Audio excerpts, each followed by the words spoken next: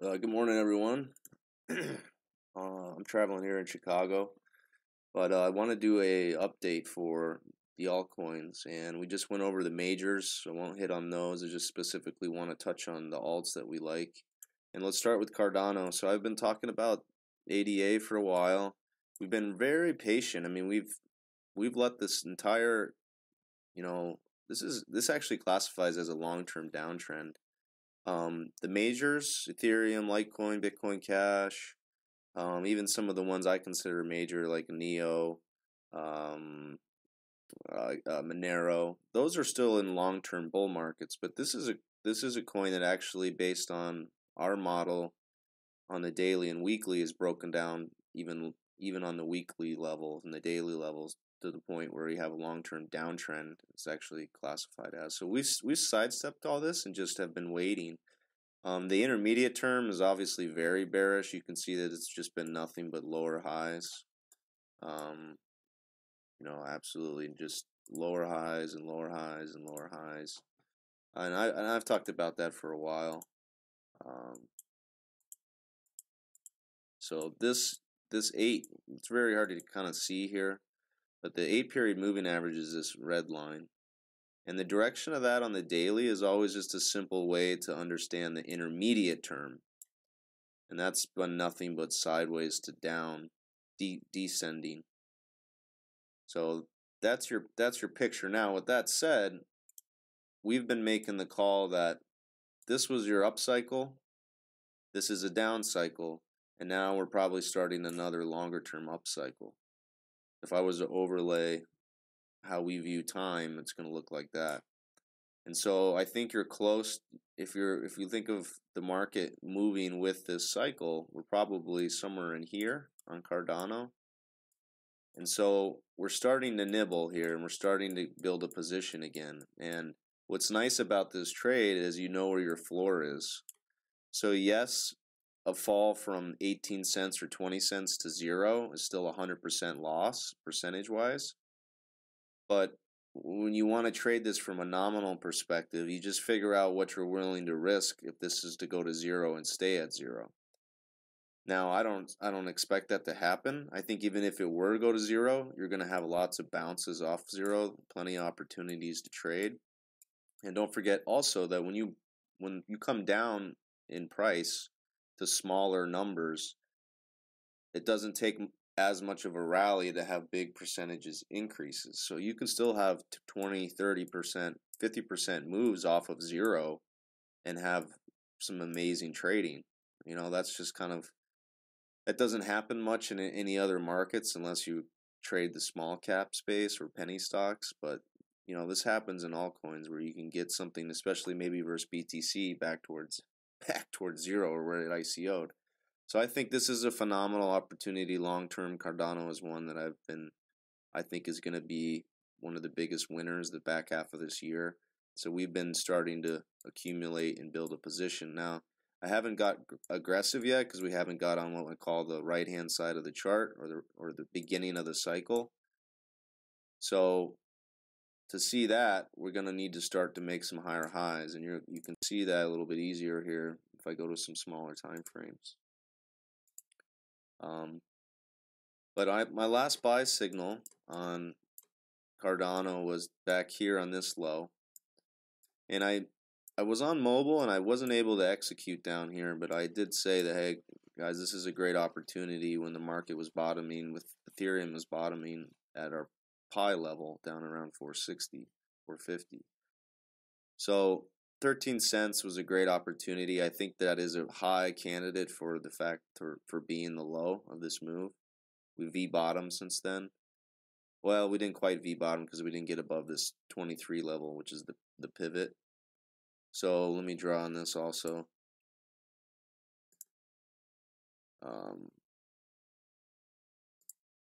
So Cardano here is putting in a lower low.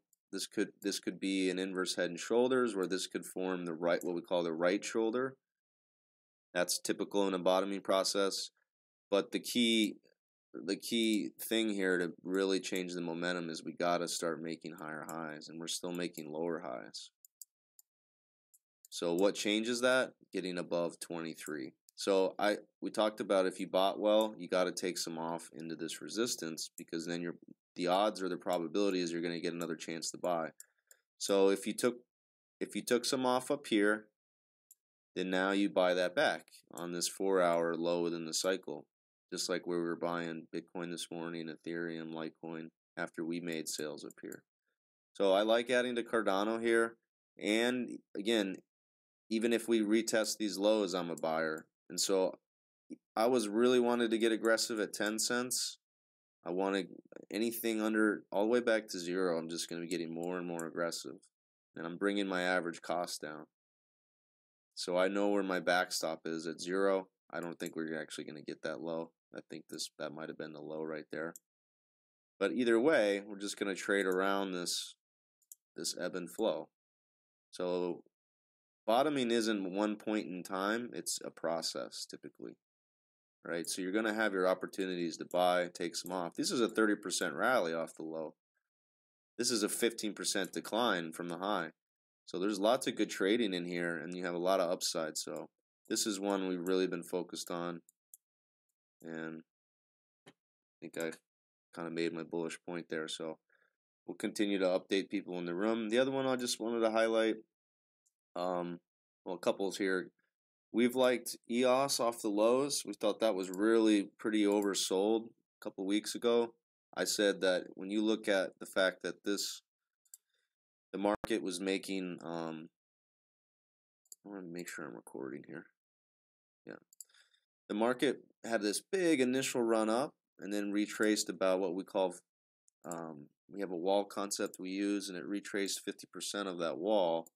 So it's just a simple concept. I'm not going to go into it right now, but this was the area that we were eyeing to buy, and it's had a phenomenal run. So if you did take advantage of that, now we're a little bit overbought intermediate term. It makes sense to take some profits, but we want to be a buyer here on this next pullback. I mean, the daily cycle's high. Again, that's showing you that we've already had a 5-day bounce off the lows. So then this next pullback, though, is definitely buyable. I mean, anything around this 70,000 sats level, I mean, you want to pull back at this stage of the game to buy more. This is a lot of strength here.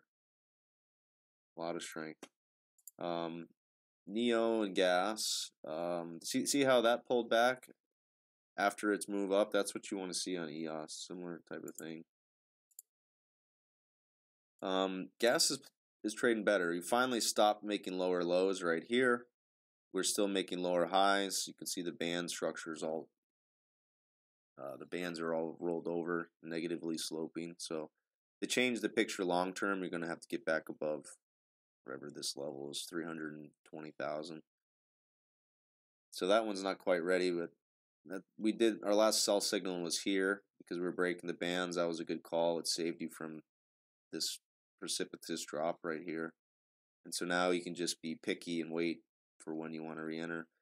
I haven't signaled on that yet. Neo, same kind of move. You broke the bands. Neo's probably close to the bottom. You know, it's kind of probably bottomed with the market. We're still in this process though. Let's see if we can make a higher low. Then let's see if we can take out that high above 80. I don't really have time to get into too many of these.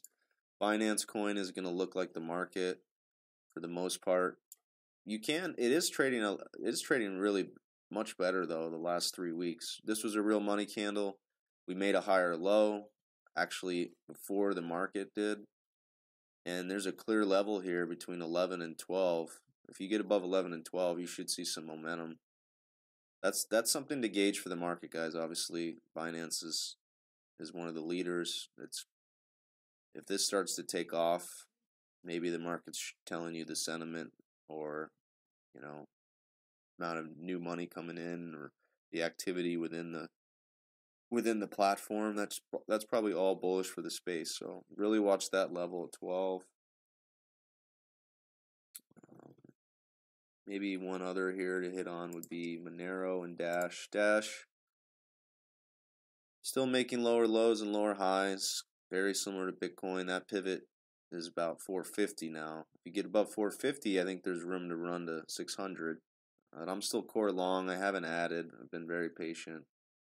Ethereum Classic we liked, similar to EOS a couple weeks ago. You double bottomed here. You took out the 8. I think this one, the next move is probably back to 25, 26. And what else? Misego. And I'll hit on Misego. Kind of trades like Neo. Got back to support, but you're not making higher highs in the intermediate term, so I'm not in a huge rush there, but it is trading better. Ripple's been sideways forever. Sideways to down. I'm not in a hurry to add here at all. I think I'm probably long from $1. So at some point I'll probably double that position and we'll be, bring that average down to closer to the market. But I haven't pulled the trigger there yet. Zcash, haven't done much there. Oh, here's Monero. Okay. You did make a higher low, just like Bitcoin made a higher low relative to the February low. And then again, we have this lower high that we just created 3 days ago, and we said take some profit after buying into the Ether low. So that's clearly the pivot we want to watch there, guys. That level's 235. Same thing, you get above there, no reason why you can't go to 270, 280. And then on the downside, there's clear risk at Sunday's low. If you can't hold there, then the next support we should fall to is probably 147. That's a major low down there. I would be a buyer down there for sure. All right, guys. Hope that helps. Hey, for those that may be new to us or me, my background is as a treasury trader for about 10 years. Traded about 40 to 60 billion in size, and traded 100 to 200 million lots at a time. I covered all the primary dealers, a lot of hedge funds, and we had a directional model the same way we trade crypto. We traded the fixed income markets and started this firm to expand that model into other markets more than just fixed income. We're trade Forex and futures, and then obviously we're starting a digital asset management firm called Blockage Capital. But anyone that wants to kind of join up with our trading team, jenkinsrm.com. Our chat room is an easy place to jump in right here. And then we have some cryptocurrency education as well. I guess I'll just share with you what we're doing. We also have a show that a podcast called the Bitcoin Podcast. You can find us there. The internet's kind of slow. This is Blockage Capital.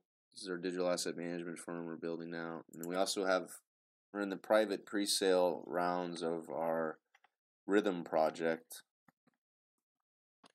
and doing an ICO, building out a trading platform with some technology that's in line with this decentralized exchange movement, which we've saw coming way before it's kind of hit all the headlines, where we have some technology we're working on called Bring Your Own Wallet.